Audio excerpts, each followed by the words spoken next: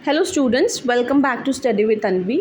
अब हम अपना सीरीज़ का टॉपिक कंटिन्यू करने लगे हैं और हमारा टॉपिक है effectiveness versus efficiency and characteristics of management. हम इस वीडियो में सिंपल टर्म्स में सीखेंगे।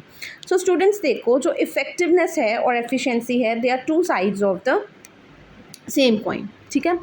बट इन दोनों एस्पेक्ट्स को मैनेजमेंट को बैलेंस करके चलना पड़ता है। बट समटाइम्स क्या होता है, मैनेजमेंट एफिशिएंसी के साथ कॉम्प्रोमाइज़ कर लेती है, बट वो चाहिए नहीं है।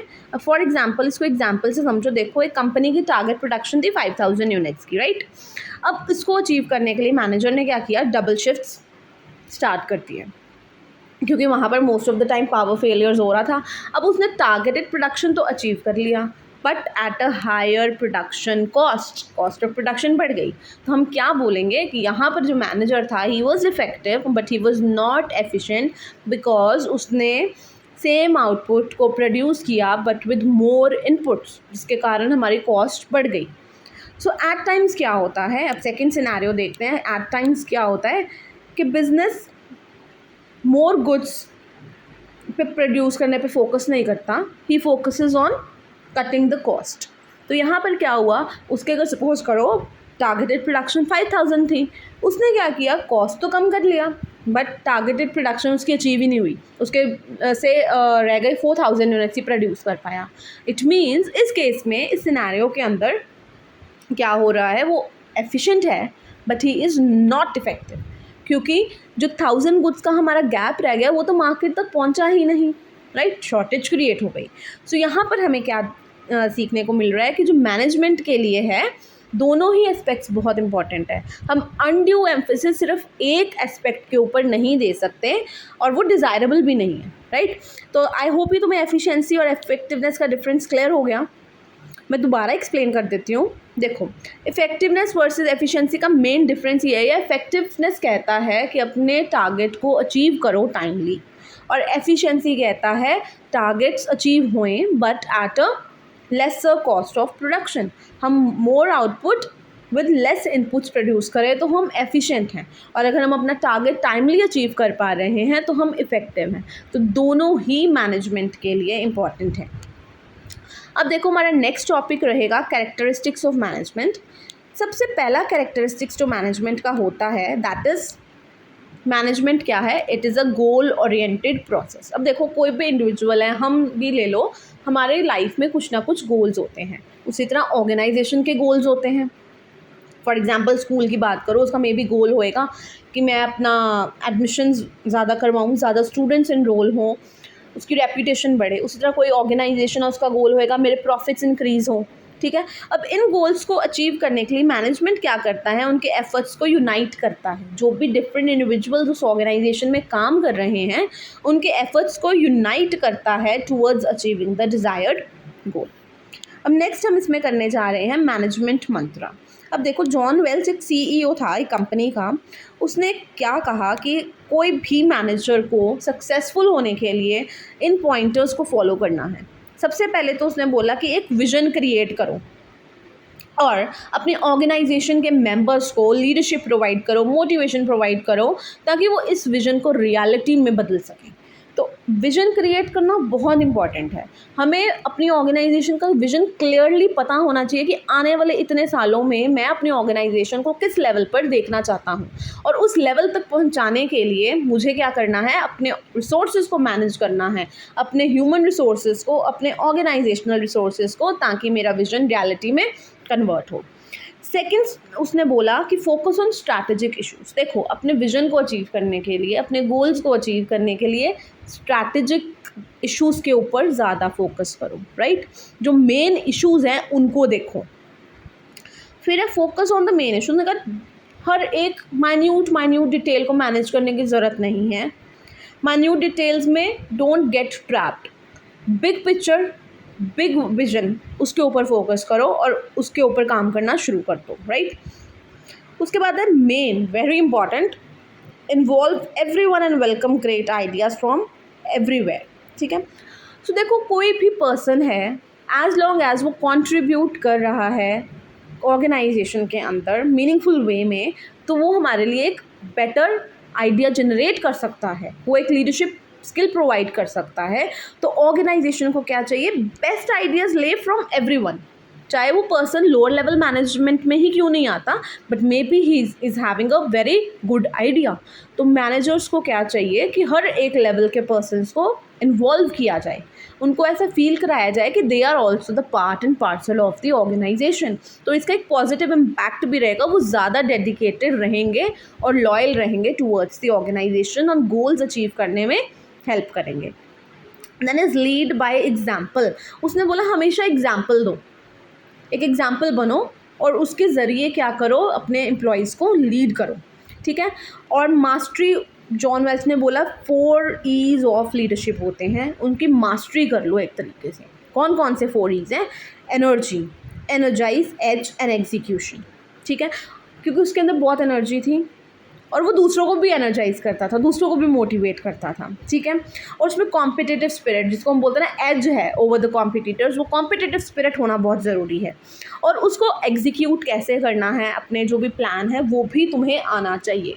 सो ये जिसने भी फॉलो करा वो एक सक्सेसफुल मैनेजर बन सकता है। अब नेक्स्ट देखो हम करने वाले हैं, next characteristics of management is that is management is all pervasive. All pervasive का क्या मतलब होता है कि जो मैनेजमेंट है वो एक, किसी भी ऑर्गेनाइजेशन की बात कर लो, किसी भी ऑर्गेनाइजेशन में किसी भी लेवल की बात कर लो, हर एक जगह मैनेजमेंट तुम्हें देखने को मिलेगी। मैनेजमेंट के बिना कुछ पॉसिबल ही नहीं है, ठीक है। अब मैं कहूँ चाहे वो एक सोशल ऑर्गेनाइजेशन है, चाहे वो एक प्रॉफिट अर्निंग ऑर्गेनाइजेशन है, चाहे वो एक चैरिटेबल इंस्टीट्यूशन है, चाहे वो एक नॉन प्रॉफिटेबल ऑर्गेनाइजेशन है, चाहे मैं कहूँ एक टॉप लेवल मैनेजमेंट है, चाहे मैं बोलूँ मिडिल है, चाहे मैं बोलूँ लोअर है, मैनेजमेंट परवेजिव है। परवेजिव मीन्स हर जगह वो तुम्हें मिलेगी ही मिलेगी, ठीक है। अब देखो मैनेजमेंट यूएसए की कंपनीज में भी हो रही है, मैनेजमेंट इंडियन कंपनीज में भी हो रही है और मैनेजमेंट जापान की कंपनीज में भी हो रही है। पर डिफरेंस किधर है कि कल्चर की वजह से, ट्रेडिशन की वजह से बस हम मैनेज करने का way, how we do the things, ये चेंज हो जाता है, बट मैनेजमेंट चेंज नहीं होती, मैनेजमेंट तुम्हें करनी ही पड़ती है। तो इसको हम बोलते हैं कि मैनेजमेंट क्या है, परवेसिव है, it is common to all the organisation and it is found at all the levels of the management.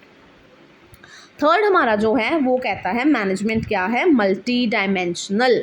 Management एक सिंपल एक्टिविटी नहीं है, it is a complex activity जिसकी 3 मेन डायमेंशन है। कितनी डायमेंशंस हैं, 3 मेन डायमेंशन। सबसे पहला dimension है मैनेजमेंट ऑफ वर्क।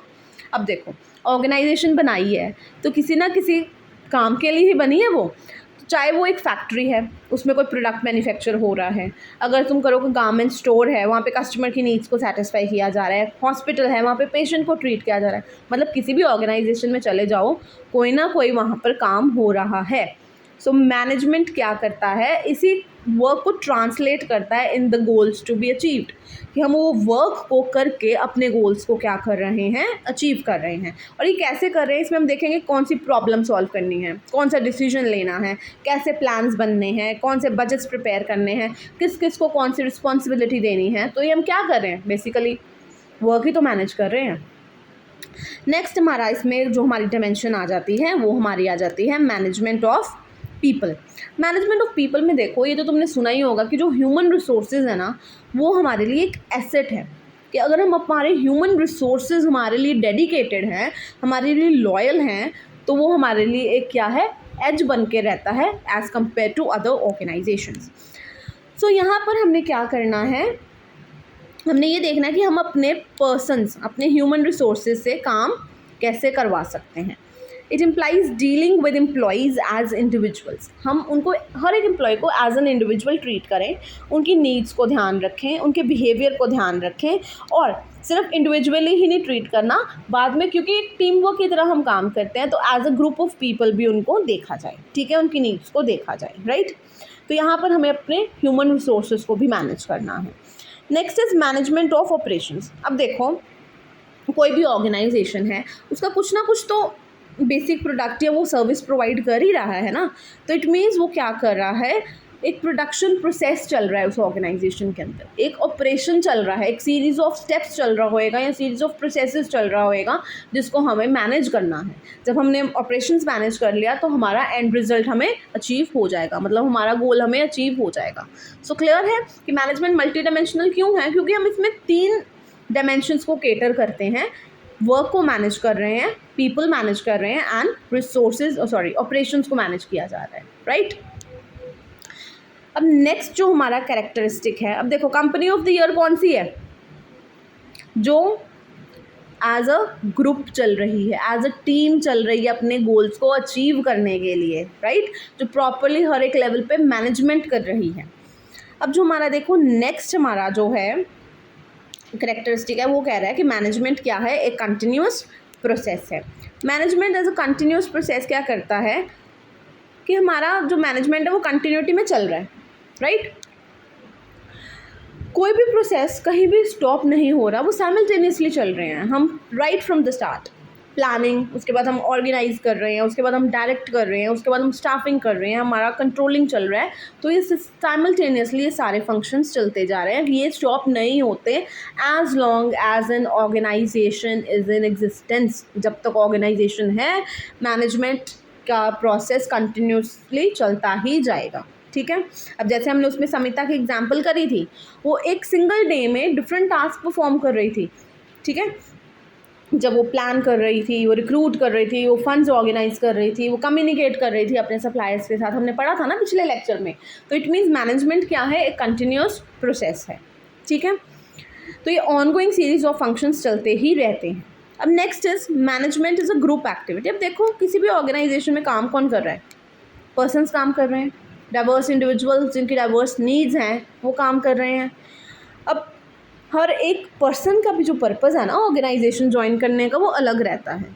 कुछ अपने गोल्स को अचीव करने के लिए कर रहे हैं, कुछ फॉर अपनी फाइनेंशियल जो है अपने स्टेटस को इंक्रीज़ करने के लिए कंपनी ज्वाइन करें। तो इट मीन्स हर एक पर्सन का अपना अपना गोल है।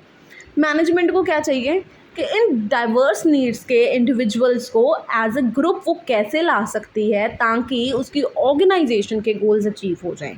तो मैनेजमेंट को हम इसीलिए कहते हैं ग्रुप एक्टिविटी है, because every member of the group has a different purpose but they work as a team for fulfilling the organisational objectives. और जब जब ऑर्गेनाइजेशनल ऑब्जेक्टिव्स अचीव होते हैं, साइमल्टेनियसली उनके अपने ऑब्जेक्टिव्स भी अचीव होते जाते हैं, ठीक है। तो इसके वजह से हमें क्या कहेंगे, हम क्या कह सकते हैं कि हमें एक टीम वर्क को कोऑर्डिनेटेड वे में काम करना पड़ता है, तो वो मैनेजमेंट की वजह से ही पॉसिबल है, राइट।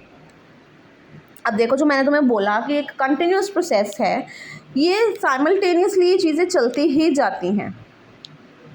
अब देखो ये हमारा प्लानिंग, ऑर्गेनाइजिंग, जो हमारा स्टाफिंग है, हमारा डायरेक्टिंग, लीडिंग, कंट्रोलिंग, ये सारे कंटिन्यूअसली प्रोसेसेस चलते ही जाते हैं, ये स्टॉप नहीं होते हैं। ये नहीं मैं कह सकती कि कोई नहीं आज मैंने प्लानिंग कर लिया, कल मैं प्लानिंग नहीं करूँगी, कल मैं अगला फंक्शन ऑर्गेनाइजिंग परफॉर्म करूँगी, आज मैंने ऑर्गेनाइजिंग करा, ऐसा कुछ नहीं होता है। हर दिन ये प्रोसेसेस कंटिन्यूटी में चलते रहते हैं, इसलिए हम कहते हैं मैनेजमेंट एक कंटिन्यूअस प्रोसेस है, ठीक है।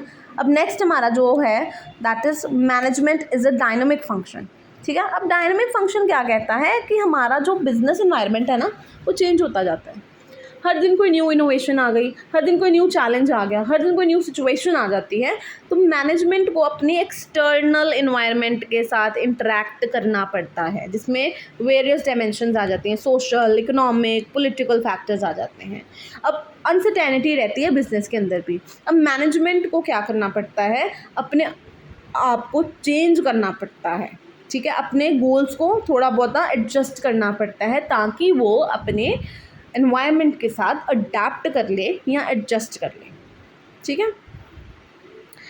सो अब नेक्स्ट हमारा जो फीचर है that is management is N intangible force. अब इनटैंजिबल क्या है, देखो कोई भी कंपनी मैनेज हो रही है, क्या तुम्हें मैनेजमेंट दिख रही है कैसे हो रही है, तुम जस्ट उसको फील कर सकते हो कि यार यहाँ पर मैं ना गया था। जैसे हम जाते हैं रेस्टोरेंट्स में, हम कहते हैं ना सर्विस नहीं थी, मैनेजमेंट नहीं थी, तो तुम एक इनटैंजिबल फोर्स को देख रहे हो, तुम फील कर पा रहे हो, ठीक है। सो मैनेजमेंट एक इनटैंजिबल फोर्स है that can not be seen but it's presence can be felt. कि ऑर्गेनाइजेशन फंक्शन कैसे कर रही है, तुम उसको देख नहीं पा रहे हो, तुम उसको फील कर पा रहे हो, ठीक है। तो मैनेजमेंट इसलिए हम कहते हैं एक इनटैंजिबल फोर्स है। जो हम नोटिस कर लेते हैं कि यार इस जगह पर ऑर्गेनाइजेशन जो है, ये ऑर्गेनाइजेशन है, यहाँ पे मैनेजमेंट बहुत अच्छी है। मैं इस ऑर्गेनाइजेशन में गया था, वहाँ पर मैनेजमेंट बिल्कुल नहीं थी, या इस स्कूल में मैनेजमेंट नहीं थी, इस स्कूल की मैनेजमेंट बहुत अच्छी है। तो तुम क्या कर रहे हो, you can feel the existence of management. तो इसलिए हम कहते हैं management is an intangible force. I hope तुम्हें ये टॉपिक क्लियर हुआ है, effectiveness, efficiency and characteristics clear हुए हैं।